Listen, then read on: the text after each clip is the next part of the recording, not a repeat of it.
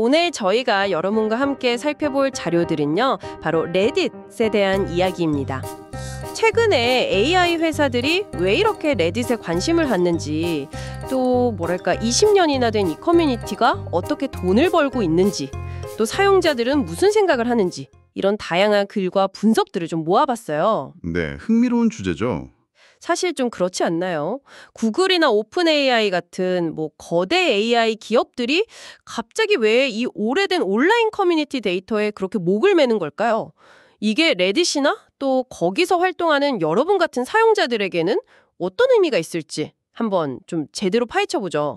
레딧은 이제 그냥 단순한 커뮤니티가 아니고요. 그 거대 언어 모델, LLM이라고 부르는 인공지능 있잖아요. 이걸 훈련시키는데 아주 특별한 데이터 창고로 주목받고 있거든요. 데이터 창고요? 네, 동시에 광고나 유료 구독, 그리고 또 새로 시작한 데이터 판매 사업으로 어떻게든 수익을 내려는 그런 레딧에 노력하고 또 그 과정에서 부딪히는 고민거리들, 이런 걸 함께 들여다보면 재밌을 겁니다. 그럼 가장 궁금한 것부터 시작해보죠. 도대체 왜 AI 회사들이 레딧 데이터를 그렇게까지 원하는 걸까요? LLM 학습에 필요하다는 건 알겠는데 사실 인터넷에 널린 게 텍스트잖아요. 그거 정말 좋은 질문인데요. 그 기존 웹 데이터는 너무 좀 정제되어 있거나 기계적으로 쓰인 글이 많아요. 네, 좀 딱딱하죠. 그렇죠. 반면에 레딧은 익명 공간이다 보니까 사람들이 정말 필터 없이 솔직하게, 거의 친구랑 수다 떨듯이 글을 써요. 온갖 주제에 대해서요.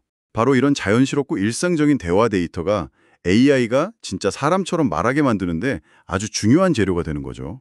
그러니까 AI가 너무 교과서적으로 말하는 걸 넘어서려면 그런 진짜 날것의 대화가 필요하다 이 말씀이시군요. 네, 맞습니다.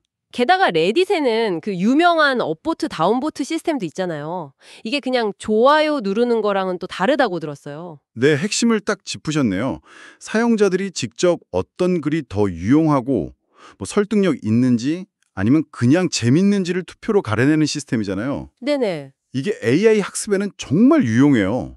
정보의 질이나 커뮤니티의 어떤 공감대 같은 걸 자연스럽게 파악할 수 있게 해주거든요. 아, 그렇군요. 심지어 어떤 연구에서는 업보트 많이 받은 글이 실제로 더 정확한 정보를 담고 있는 경향도 발견됐다고 하더라고요. 오, 정말요? 네.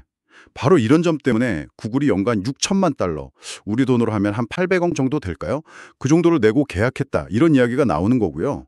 오픈AI도 아마 비슷한 규모로 계약했을 거로 보고 있죠. 와, 800억이요? 이야, 데이터 가치가 정말 엄청나네요. 네, 상당하죠. 그럼 레딧은 이 기회를 어떻게 활용해서 돈을 벌고 있을까요? 역시 광고가 가장 큰 부분이겠죠? 맞아요. 작년, 그러니까 2024년 매출이 한 13억 달러 정도 됐는데 대부분 광고에서 나왔어요.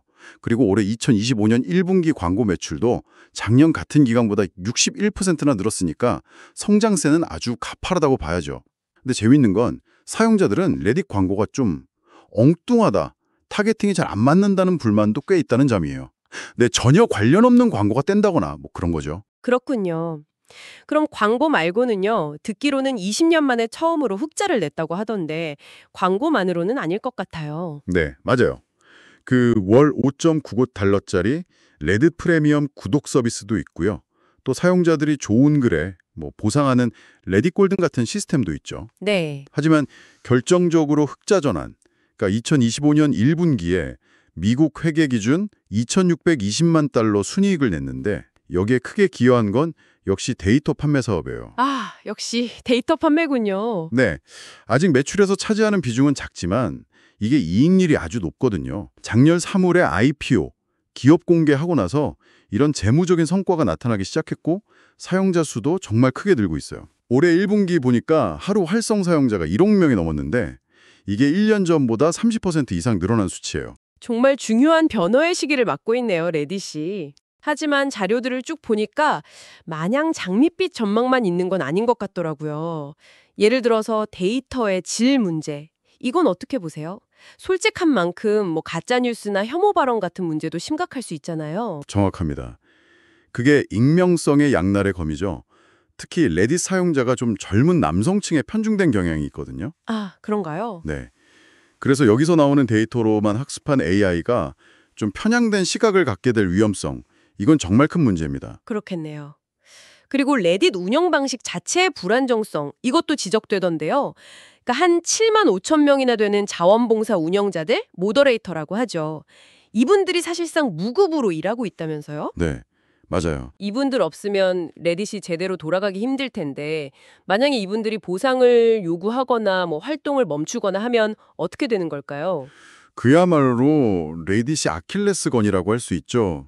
그분들의 자발적인 노동에 사실상 기대고 있는 사업 모델이라는 비판이 계속 나오고 있어요. 네. 그 외에도 뭐 구글 검색 유입에 너무 의존한다는 점, 또 상업화에 대한 사용자들의 오랜 반감 같은 것도 있고요. 그리고 최근에는 데이터 판매 사업에 대해서 미국 연방거래위원회 FTC가 조사를 시작했다는 점, 이런 해결할 과제들이 정말 많습니다. 아, FTC 조사까지요? 이거 좀 심각할 수도 있겠는데요? 네, 지켜봐야 할 부분이죠. 그럼 레딧은 앞으로 어떻게 나아가려고 할까요? 자료에 나온 계획들을 보면 뭐 해외 시장을 넓히고 또 자체 AI 검색 기능, 레딧 앤서스 이런 걸 만들고 개발자들이 레딧 데이터를 활용할 수 있는 플랫폼을 키우려는 것 같던데요. 네, 그런 방향으로 성장을 모색하고 있는 건 맞습니다.